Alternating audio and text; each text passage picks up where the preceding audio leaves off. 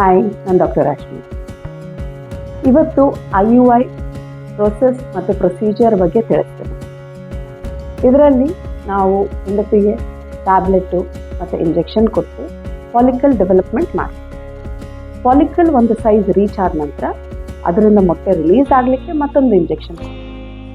ಮತ್ತು ಸ್ಕ್ಯಾನಿಂಗ್ ಮೂಲಕ ಯಾವಾಗ ಈ ಫಾಲಿಕಲ್ ರಪ್ಚರ್ ಆಗ್ತದೆ ಅಥವಾ ಮೊಟ್ಟೆ ರಿಲೀಸ್ ಆಗುತ್ತೆ ಅನ್ನೋದನ್ನು ನೋಡ್ಕೊಂಡು ಆ ರಿಲೀಸ್ ಆದ ದಿನ IUI ಮಾಡೋದು. ಆ ದಿನ ಗಂಡನ ಸ್ಪರ್ಮ್ಸನ್ನ ಕಲೆಕ್ಟ್ ಮಾಡಿಕೊಂಡು ಆ ಸ್ಪರ್ಮ್ಸ್ನ ಲ್ಯಾಬಲ್ಲಿ ಪ್ರೊಸೆಸ್ ಮಾಡಿ ಕಾನ್ಸಂಟ್ರೇಟ್ ಮಾಡಿ ನಂತರ ಗರ್ಭಕೋಶದೊಳಗಡೆ ಇಂಜೆಕ್ಟ್ ಮಾಡಿ. ಇಂಜೆಕ್ಟ್ ಆದಮೇಲೆ ಹೆಂಡತಿ ಒಂದು 10ರಿಂದ 15 ನಿಮಿಷ ರೆಸ್ಟಲ್ಲಿ ಇರ್ತಾರೆ. ಅದನ್ನು ಆದ ನಂತರ ಮನೆಗೆ ಕಳಿಸ್ತಾರೆ. ಮನೆಗೆ ಹೋದ್ಮೇಲೆ ಸ್ಪೆಷಲ್ ಇನ್ಸ್ಟ್ರಕ್ಷನ್ಸ್ ಏನೂ ಇರೋದಿಲ್ಲ. ನೀವು ನಾರ್ಮಲ್ ಆಗಿ ಏನೇನು ಮಾಡ್ತೀರಾ ಅದನ್ನೇ ಕಂಟಿನ್ಯೂ ಮಾಡ್ಕೊಂಡು ಹೋಗ್ಬೋದು. ರೆಸ್ಟಿನ ಅವಶ್ಯಕತೆ ಇಲ್ಲ.